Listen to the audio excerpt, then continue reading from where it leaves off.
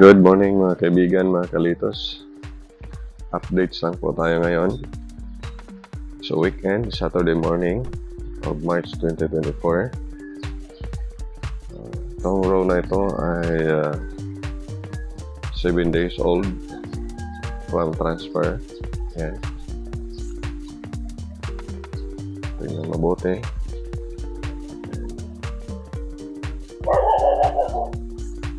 Tapos ito yung basil natin. Merong nakapatot sa lupa ito. So yan, pampabango na aming mga sabaw, mga tinola. Ito naman yung dagdag na setup natin, yan yung number 4. Ito, yung iba nito mayroon nang mapipili ngayon kasi may order kami ngayon na 6 boxes of litos for this Saturday. And harvest tayo. Pipiliin lang po natin yung medyo malaki na. And itong litos na to ay batang-bata pa. Manamis-namis po ito. Yan. Dito 2 days pa lang ito ngayon. Bagong lipat. Yan. Yan, tingnan natin.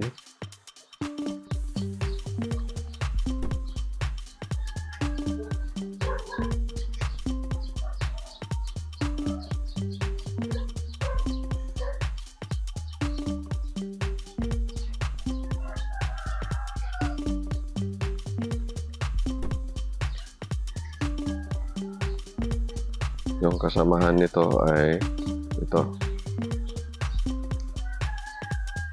Yan.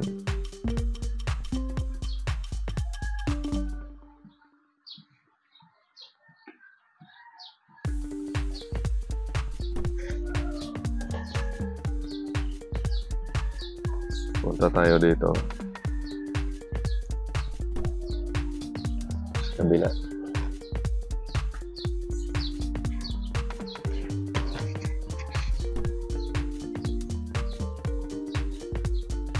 So, umaga ngayon, 6 o'clock in the morning. This is the best time para mag-ikot-ikot dito sa ating lettuce garden. Dahil mamaya mainit na.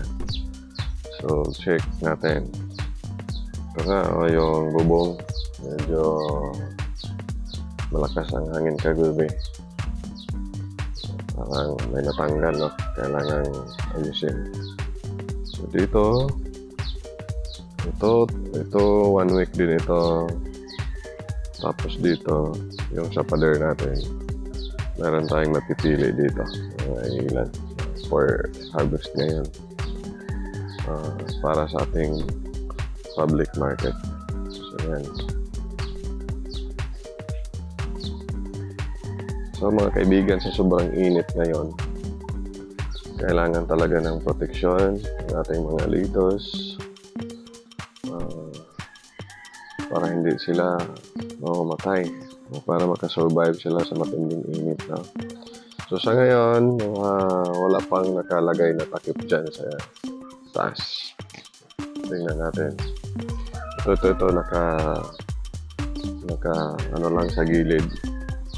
Mamaya pag matindi na ang init, ina-spread na natin yan. Yan. So, yan, ito. Yan, nakasabit lang yan sa tabi. Pag medyo mainit na, inalalagay na natin dito. Ito yung green na yan. So, yan. So, magandang daloy ng tubig natin ngayon. Paikot-ikot lang ito. NFT, nutrient film technique, o recirculating yung water natin. Yan.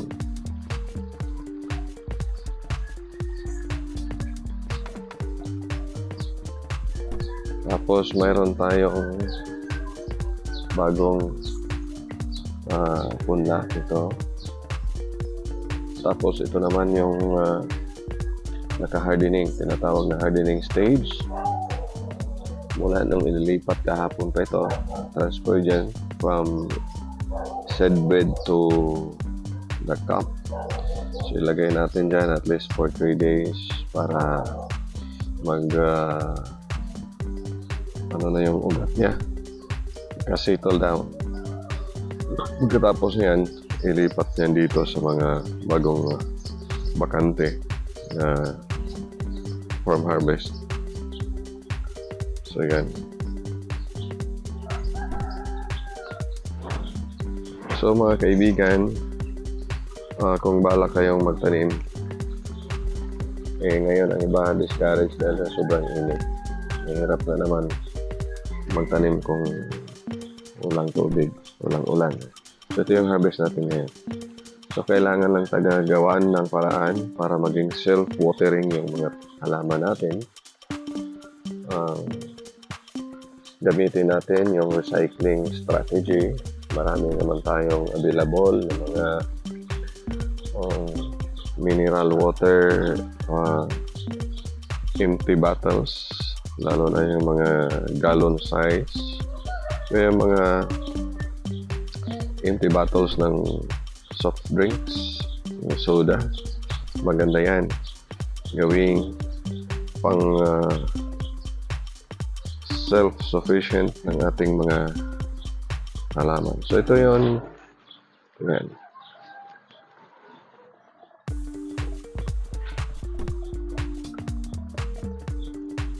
So magkatabi lang ang for harvest at saka yung bagong lipat, mga kaibigan. Ayan. Sa umaga, nag-ministing din tayo.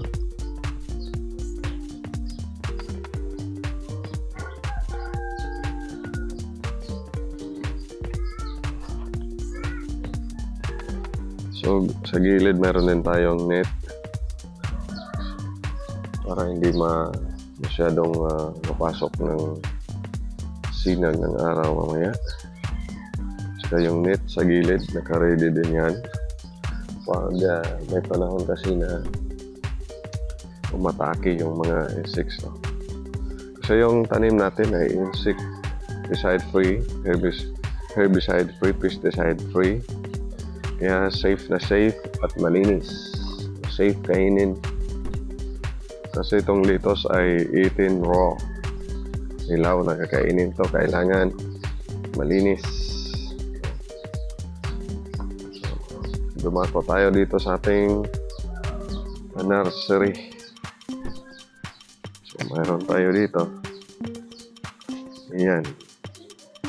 Siguro nasa 1,000 ito. Yan, kasi 10 seedbed. Yan. O 900 to 1,000. Yan. Marami-rami din. Nasa 11 days na ito ngayon. So, hinihintay natin maging 15 days. At least, karamihan sa kanila ay maging 4 leaves. So, 15 days maging 4 leaves na yan.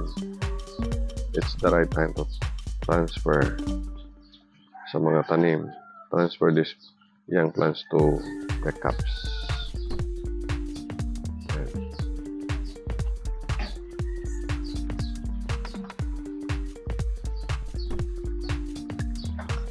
So yan mga kaibigan ang kalagayan ng ating lettuce garden ngayon for this weekend of March.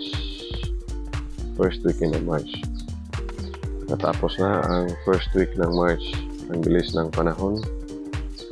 Kaya ito, huwag tayong mabahala.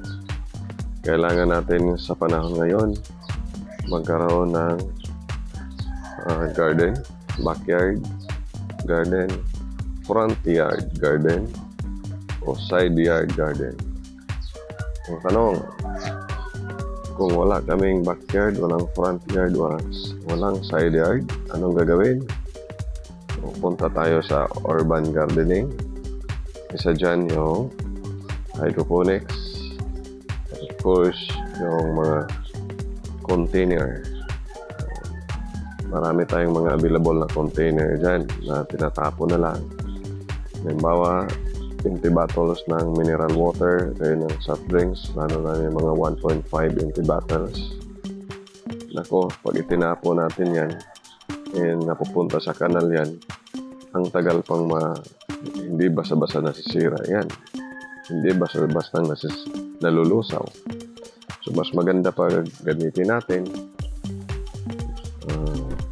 bigyan ulit ng bagong buhay, i-recycle natin, gamitin natin sa container gardening para maging kapaki-pakinabang. So at least man lang yung mga tulad ng sibuyas, kamatis, mga herbs, hindi na kailangan bibili natin yan. So sa halip na bibili, dyan na lang sa ating backyard o container. So yan mga kaibigan, so, mayroon na tayo ngayon for delivery na ito. Yan, we have already 4 boxes, kulang lang ng 2.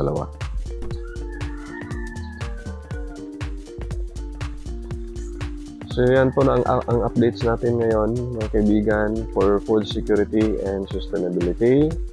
Tanim lang ng tanim.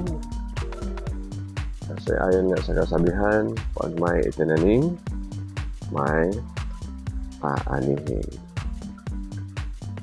Pag may tiyaga, may nilaga. Kaya, ang masasabi ko lang, for food security and sustainability, let us be happy. Let us be healthy.